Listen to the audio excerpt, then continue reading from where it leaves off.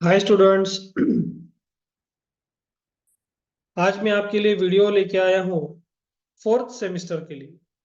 तो fourth semester में आपको कौन से सब्जेक्ट फेस करने हैं, कौन से चैलेंजेस आपके सामने रहेंगे फोर्थ सेमिस्टर में, आज हम वो डिस्कस करने वाले हैं। अभी अभी आपका थर्ड सेमिस्टर जो है, थर्ड सेमिस्टर पूरा हो चुका है, थर्ड सेमिस्टर की एग्जाम हो गई है। थर्ड सेमिस्टर के आपके थर्ड सेमिस्टर के बाद आपका वैकेशन स्टार्ट हो गया है। लेकिन ये जो गैप होता है थर्ड सेमिस्टर के एग्जाम के बाद फोर्थ सेमिस्टर जैसे स्टार्ट होता है, तो फोर्थ सेमिस्टर के अंदर क्या होता है कि बहुत सारी एक्टिविटीज हर एक कॉलेज के अंदर होती है। जैसे गैदरिंग है, स्पोर्ट्स है, बाद में फरवरी एक छोटा महीना आता है।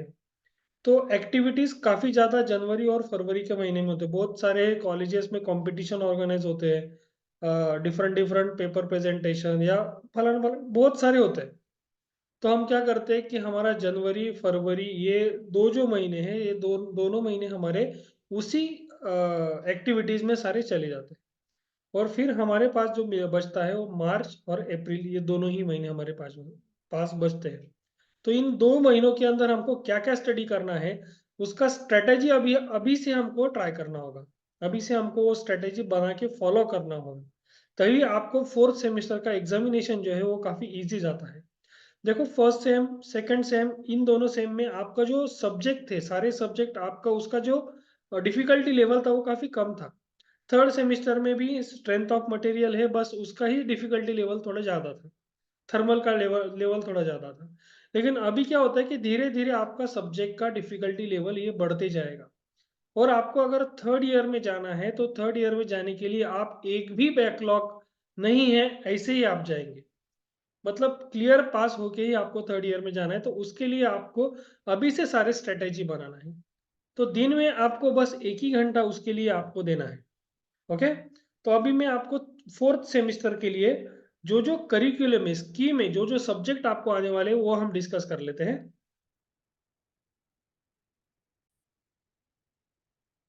तो आपके सामने स्क्रीन पे नजर आ रहा है आपको कि ये फोर्थ सेम का करिकुलम है, फोर्थ सेम का ये स्कीम है।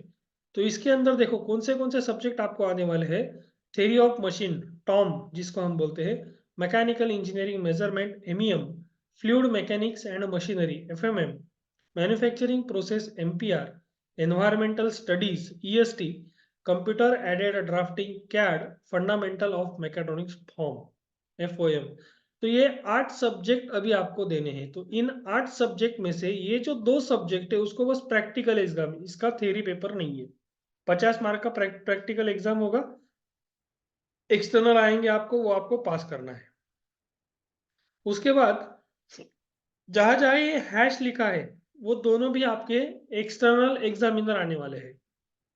तो एक एक देखो, फ्लूइड मैकेनिक्स एंड मशीनरी इसका एक प्रैक्टिकल एग्जामिनेशन होता है, और मैन्युफैक्चरिंग प्रोसेस इसका भी प्रैक्टिकल एग्जामिनेशन होता है।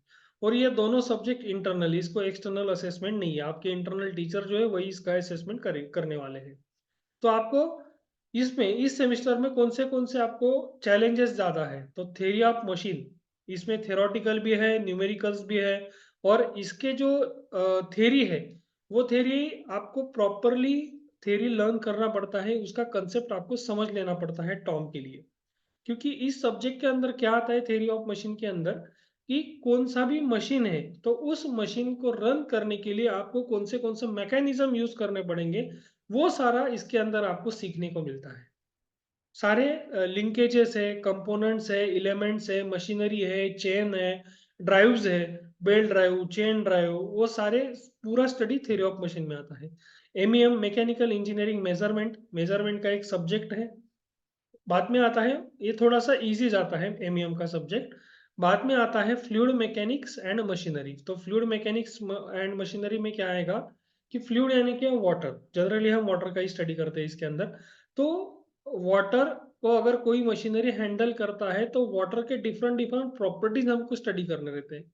फिजिकल प्रॉपर्टीज है, अलग अलग उसके मोशंस रहते हैं वाटर के, वो सारा स्टडी करना है। तो इसके अंदर भी कुछ थेरोटिकल पार्ट है, कुछ न्यूमेरिकल पार्ट है। इसके अंदर भी वैसे ही इसके अंदर पूरा थेरोटिकल पार्ट है। मैन्युफैक्चरिंग प्रोसेसेस में सारे प्रोसेसेस है, जो जो मैन्युफैक्चरिंग के लिए लगते हैं वो सारे प्रोसेस आपको इसके अंदर देखने को मिलेंगे। बाद में एनवायरमेंटल स्टडीज जो है ये थोड़ा जनरल कैटेगरी का ये सब्जेक्ट है, आपको जनरलाइज इसका स्टडी एनवायरमेंटल के बारे में। बाद में कंप्यूटर एडेड कैड का है, जो पूरा प्रैक्टिकल बेस है, आपको कोई से भी ऑब्जेक्ट देते हैं उसका आपको डिटेल असेंबली ऐसे कुछ पार्ट्स प्रैक्टिकल्स रहते हैं वो आपको परफॉर्म करने रहते हैं। और फंडामेंटल ऑफ मैकेट्रॉनिक्स, मैकेट्रॉनिक्स एक सब्जेक्ट है, तो उसके भी आपको बस यहाँ पे प्रैक्टिकली परफॉर्म करना है। तो after completion of this all semester, आपका चौथा सेमिस्टर पूरा होने के बाद आपको क्या करना है, आपको देखो यहाँ पे दिया है in plant training during summer vacation for minimum 6 week at the end of fourth semester. Second year जब आपका खत्म हो जाता है, उसके बाद आपको 6 वीक का 1.5 महीने का आपको क्या करना पड़ता है, इन प्लांट ट्रेनिंग करना पड़ता है। तो आपके कॉलेज के टीचर्स कोई तो भी असाइन किए जाते हैं, वो आपको कोई कंपनी असाइन करेंगे या आपको खुद को कंपनी देखना पड़ता है और वहां पे वो जाके ट्रेनिंग कंप्लीट करना पड़ता है। और इस ट्रेनिंग कंप्लीट करने के बाद इसका एक फाइल बनाना पड़ता है, उसका एक सेमिनार आपको फिफ्थ सेमिस्टर में देना पड़ता है। एक तो फाइल और सेमिनार, ये दोनों चीजें आपको इन प्लांट ट्रेनिंग की, उसका सर्टिफिकेट रिपोर्ट सारी चीजें आपको फिफ्थ सेमिस्टर में सबमिट करने पड़ेंगे कॉलेज में। उसके भी आपको मार्क्स रहते हैं इन प्लांट ट्रेनिंग के। तो ये हो गया पूरा करिकुलम। अभी हम क्या करने वाले हैं, यूट्यूब पे जैसे ही मैंने थर्ड ईयर का इंडस्ट्रियल हाइड्रोलिक्स और न्यूमेटिक्स एक सब्जेक्ट है उसके यूट्यूब पे लेक्चर हम लेने वाले हैं, वैसे ही यहाँ पे theory of machine and fluid mechanics and machinery, इसके भी रोज के चैप्टर के एक एक वीडियोस हम डालने वाले हैं। तो वो वीडियोस के लिए आप क्या करिए, हमारे चैनल को सब्सक्राइब कीजिए, लाइक कीजिए, शेयर कीजिए और सेकेंड ईयर के बच्चों तक ये पूरा पहुंचा दीजिए। तो क्या होगा कि आप रोज एक एक वीडियो भी देखते रहेंगे, आपके कोई प्रोग्राम में है कुछ है, अगर रात को आप 11 बजे 12 बजे कभी भी आपको टाइम मिलता है तब आपने वीडियो सुन लिया, तो भी आपका थोड़ा थोड़ा स्टडी जो होता है वो 4 महीने में थोड़ा थोड़ा स्टडी दोनों सब्जेक्ट का होता रहेगा। तो आपको eight the end of the semester कोई ज्यादा लोड आपको सब्जेक्ट का नहीं आने वाला है। इसीलिए चैनल के साथ बने रहिए, आपका काफी फायदा है। और लास्ट में जैसे इस सेमिस्टर में आपको मोस्ट आईएमपी क्वेश्चंस दिए हैं, वैसे मोस्ट आईएमपी क्वेश्चंस में लास्ट सेमिस्टर में eight the end of semester दूंगा, गेसिंग क्वेश्चन पेपर दूंगा।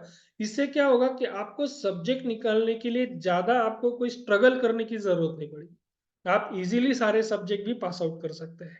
Okay, thank you very much for watching my videos. Like कीजिए, शेयर कीजिए, सब्सक्राइब कीजिए और सारे बच्चों तक ये वीडियोस पहुंचा दीजिए कि जैसे को बच्चों को सब्जेक्ट निकालने में काफी आसानी हो सके। So thank you very much. Like कीजिए, शेयर कीजिए, सब्सक्राइब कीजिए।